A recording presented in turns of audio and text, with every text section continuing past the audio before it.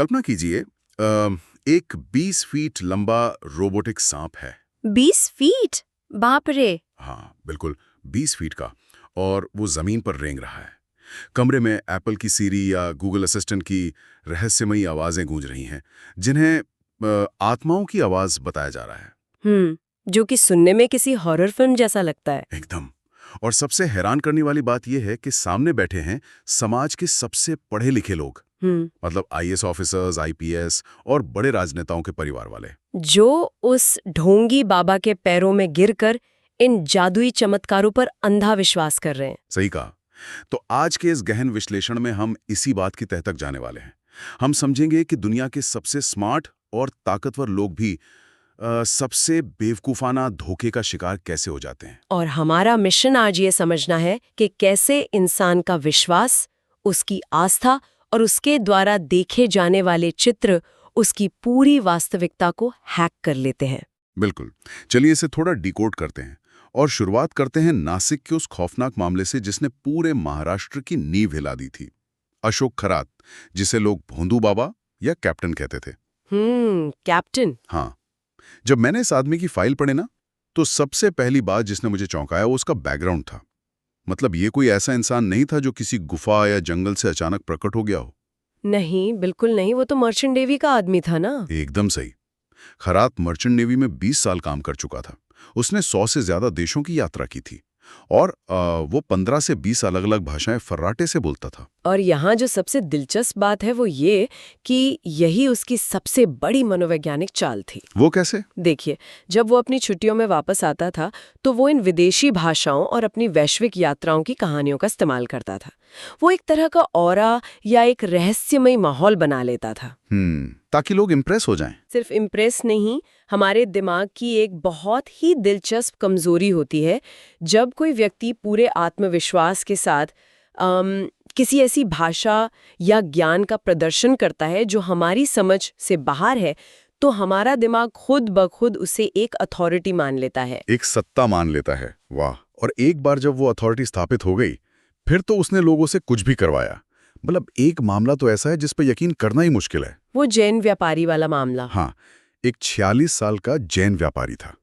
अब हम सब जानते हैं कि जैन दर्शन में शाकाहार और अहिंसा का कितना गहरा महत्व होता है। बिल्कुल, बहुत सख्ती से पालन करते हैं वो लोग। और खैरात ने उस व्यापारी को पूरे 6 साल तक मछली खिलाई। 6 साल तक? हे भगवान। हाँ, उसने उस व्यापारी को ये विश्वास दिला दिया कि ये कोई जीव नहीं है, बल्कि एक दुर्लभ समुद्री पौधा है जिसमें ना खून है ना हड्डियां, और इसे खाने से उसका व्यापार रातों रात आसमान छूने लगेगा। यही तो है, आखिर कोई इंसान अपनी बुनियादी मान्यताओं को इतनी आसानी से कैसे ताक पर रख सकता है?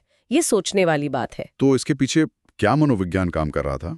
इसे मनोविज्ञान की भाषा में सस्पेंशन ऑफ डिसबिलीफ कहते हैं। थोड़ा आसान शब्दों में समझाएंगी? हाँ, मतलब जब इंसान अपने भविष्य को लेकर गहरे डर या अनिश्चितता में होता है, तो वो किसी भी ऐसे चमत्कार पर विश्वास करना चाहता है जो उसे एक शॉर्टकट दे सके। अच्छा, तो वो बस एक उम्मीद ढूंढ रहे होते हैं। बिल्कुल। जब खरात इजराइल और तुर्की से मंगाए गए आम फर्नीचर को पवित्र और चमत्कारी फर्नीचर बताकर पेश करता था, तो लोग असल में फर्नीचर नहीं खरीद रहे थे, वो अपना सुकून खरीद रहे थे। लेकिन ये सुकून का भ्रम बहुत जल्दी एक खौफनाक अपराध में बदल गया। मतलब उसने महिलाओं का यौन शोषण करने के लिए डेट रेप ड्रग तक का इस्तेमाल किया, जो कि बहुत ही भयानक है। बहुत भयानक।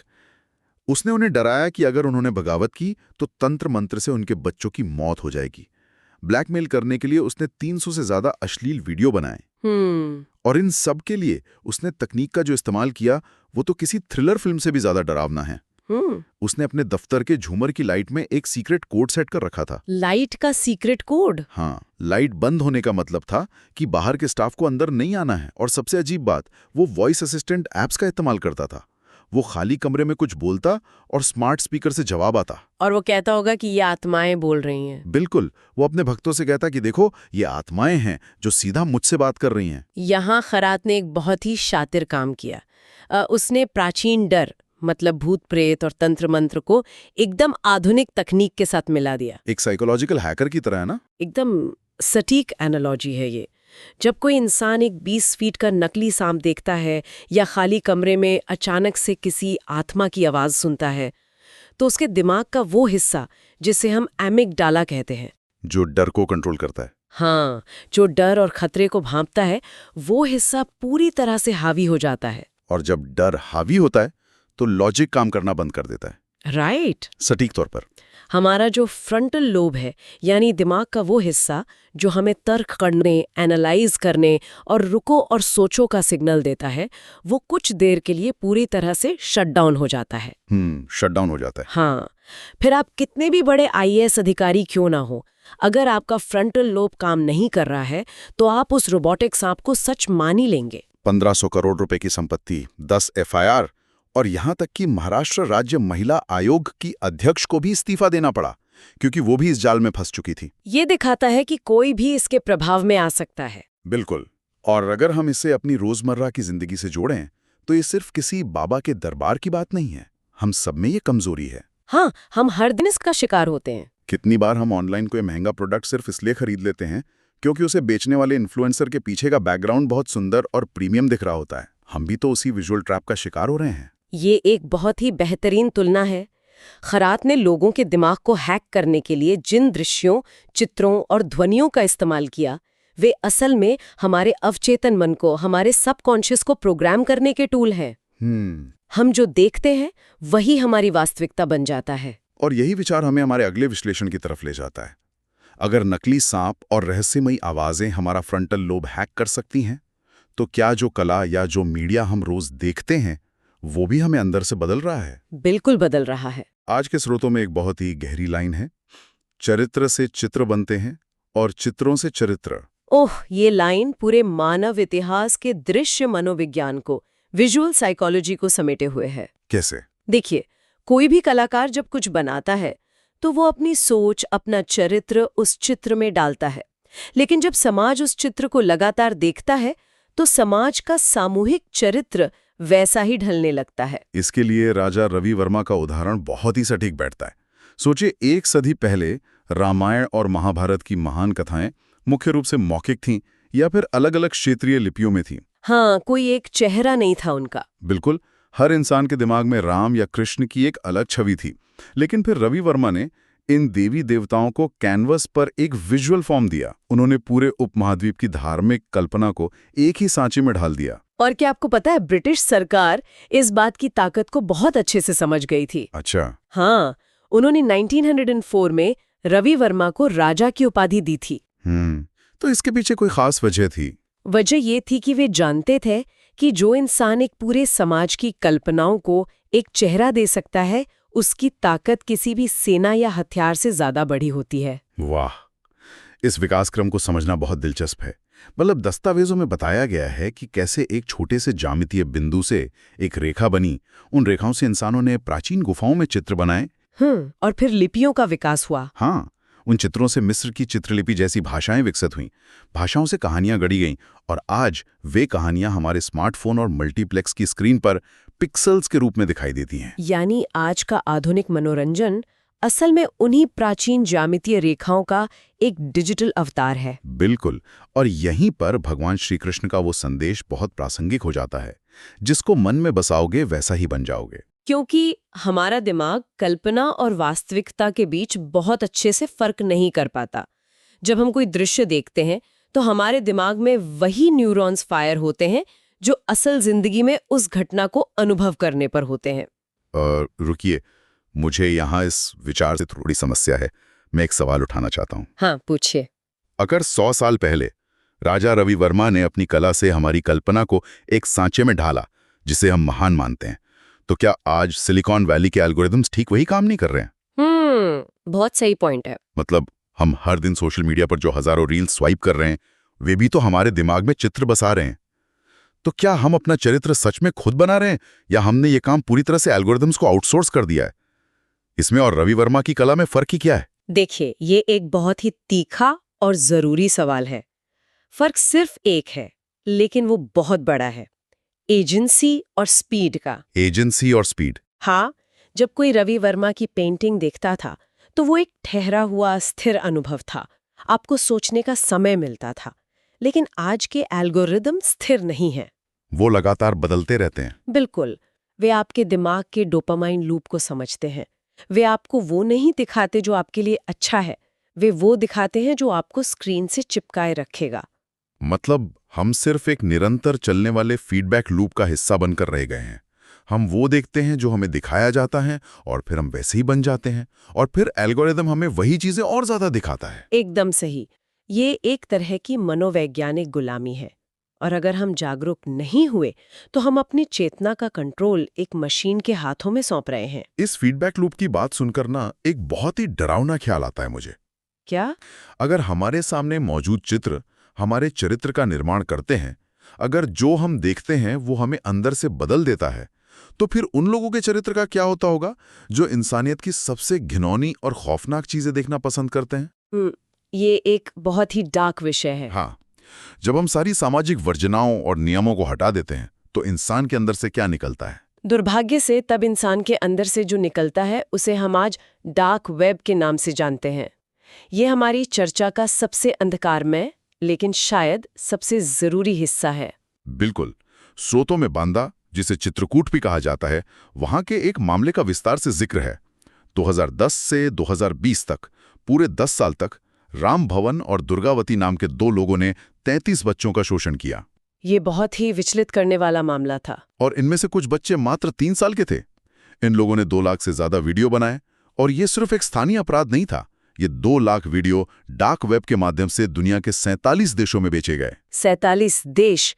जब कोई अपराध इतनी बड़ी वैश्विक सीमा को पार कर जाए तो वो सिर्फ 2 बीमार अपराधियों की कहानी नहीं रह जाता। तो फिर क्या बन जाता है? ये एक वैश्विक बाजार की कहानी बन जाता है। ये दिखाता है कि दुनिया में एक बहुत बड़ा वर्ग है जो इस अंधेरे की मांग कर रहा है। और कानून ने अपना काम किया भी। इसे रेयरेस्ट ऑफ रेयर यानी दुर्लभ से दुर्लभ मामला मानकर उन दोनों को फांसी की सजा सुनाई गई। लेकिन यहां दस्तावेज एक ऐसा सवाल खड़ा करता है जो किसी को भी बेचैन कर दे। वो क्या? क्या ये सच में न्याय है? हमने सिर्फ सप्लाई करने वालों को खत्म किया है। उन 47 देशों में बैठे वो हजारों खरीदार जिनकी डिमांड के कारण 3 साल के बच्चों के वीडियो बनाए गए, वे आज भी अपने घरों में आराम से बैठे हैं। डिमांड एंड सप्लाई का खेल। बिल्कुल। जब तक वो डिमांड जिंदा है, ये न्याय कैसे हो सकता है? ये तो सिर्फ एक धंधा बन गया है, जहां एक सप्लायर गया तो दूसरा आ जाएगा। और आंकड़े इस खौफनाक धंधे की गवाही देते हैं। क्या आपको पता है कि हर साल दुनिया भर में करीब 300 मिलियन बच्चे इस तरह के शोषण का शिकार होते हैं? 300 मिलियन! अरे बाप रे! 2026 के ऑपरेशन एलिस का डेटा देखिए। यूरोपोल और 23 देशों की पुलिस ने मिलकर डार्क वेब की 3,73,000 साइट्स को एक साथ बंद किया। 3,73,000 साइट्स! हाँ, आप कल्पना कर सकते हैं, एक अकेले अपराधी ने इस नेटवर्क से 3 करोड़ रुपए से ज्यादा कमाए और लगभग 10,000 लोग उस सामग्री को खरीदने के लिए कतार में थे। और अब तो इस आग में घी डालने का काम एआई भी कर रहा है। हाँ, एआई द्वारा बनाए गए शोषणकारी वीडियो में 260 गुना की वृद्धि देखी गई है। ब्राजील के लोबासा केस में 5 फोरम पकड़े गए जिन पर 20 लाख यूजर्स सक्रिय थे। 20 लाख लोग जो अपनी पहचान छिपाकर एक मासूम की पीड़ा को मनोरंजन की तरह खरीद रहे हैं। ये सब देखकर मुझे लगता है कि क्या हम एक समाज के रूप में पूरी तरह सुन्न हो चुके हैं? मतलब दूसरे विश्व युद्ध के बाद हमने बोलने की आज़ादी और तकनीक पर इतना जोर दिया, लेकिन क्या इस शोर शराबे में हमने किसी दूसरे के दर्द को महसूस करने की क्षमता, अपनी एम्पैथी हमेशा के लिए खो दी है? देखिए, इस पूरी स्थिति को दस्तावेजों में अधर्म के बाजार का नाम दिया गया है और ये बहुत सटीक है। कैसे? दिन के उजाले में दुनिया भर के लोग अलग अलग सभ्यताओं और धर्मों का मुखौटा पहनते हैं, लेकिन जैसे ही वे इस डिजिटल अंधेरे में उतरते हैं, सारे मुखौटे उतर जाते हैं और वे सब अधर्म के एक ही रंग में रंग जाते हैं। तो फिर इसका समाधान क्या है? मतलब कुछ दर्शनों में तो ऐसे पापियों को भी क्षमा करने की बात कही जाती है, तो क्या ऐसे खरीदारों को माफ कर देना चाहिए? बिल्कुल नहीं। दया और क्षमा का मतलब अपराधियों को खुला छोड़ देना नहीं है। अगर हमने खरीदारों को छोड़ दिया तो ये मांग कभी खत्म नहीं होगी। दस्तावेजों में इसके समाधान के रूप में धर्म मंथन का जिक्र किया गया है। धर्म मंथन? हाँ, और ये कोई धार्मिक अनुष्ठान नहीं है। ये एक गहरा मनोवैज्ञानिक और न्यूरोलॉजिकल तरीका है। इसमें अपनी सांसों पर ध्यान केंद्रित करने की बात कही गई है। रुकिए, ये थोड़ा अजीब लग रहा है मुझे। एक अंतर्राष्ट्रीय डार्क वेब सिंडिकेट जहां लाखों लोग शामिल हैं, उसका समाधान सांसों पर ध्यान लगाना कैसे हो सकता है? ये अजीब लगता है क्योंकि हम समस्या की जड़ को नहीं देख रहे हैं। तो जड़ क्या है? डार्क वेब की ये डिमांड आती कहाँ से है? ये इंसान के उस टूटे हुए डोपामाइन लूप से आती है जिसने अपनी इंद्रियों पर, अपने इम्पल्स कंट्रोल पर पूरी तरह से नियंत्रण खो दिया है।